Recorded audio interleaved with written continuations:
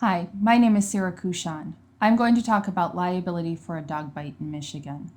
Dog owners can be held liable for bites and other injuries caused by their dog.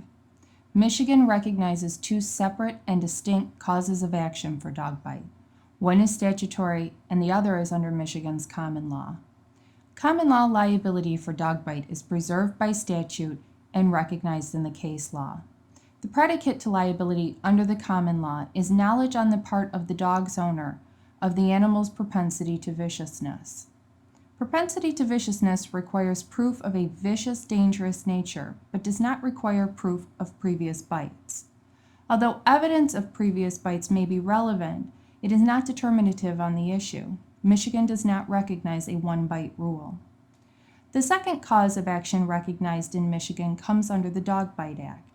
This act is often referred to as one of strict liability. However, it represents strict liability only insofar as it does not require fault on the part of the dog owner. The elements of liability under the act are ownership of the animal, a bite, lack of provocation, and that the person who is bit is lawfully on the premises. The inclusion of a requirement that the dog not be provoked in order to establish liability removes the statute from strict liability in any real sense. Where the dog has been provoked, liability does not attach. This is so even if the response of the animal to the provocation is substantially disproportionate to the nature of the provocation itself. One of the great difficulties with the act is its lack of a definition of provocation. Since there is no definition of provocation, this leaves wide latitude for the trier of fact.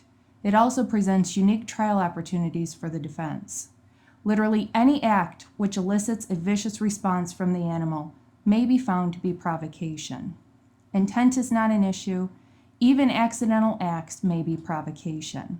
For instance, where a 3-year-old girl accidentally stepped on the tail of a dog, and the dog is bitten in response, it was appropriate on the part of the jury to find provocation.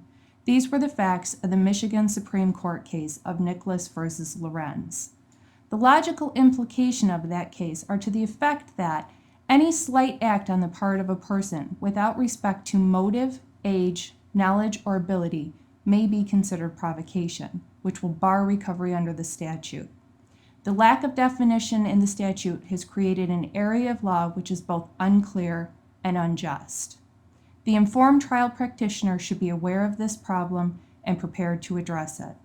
At the Hohauser Law Firm, we have the knowledge, experience, and expertise to handle your case.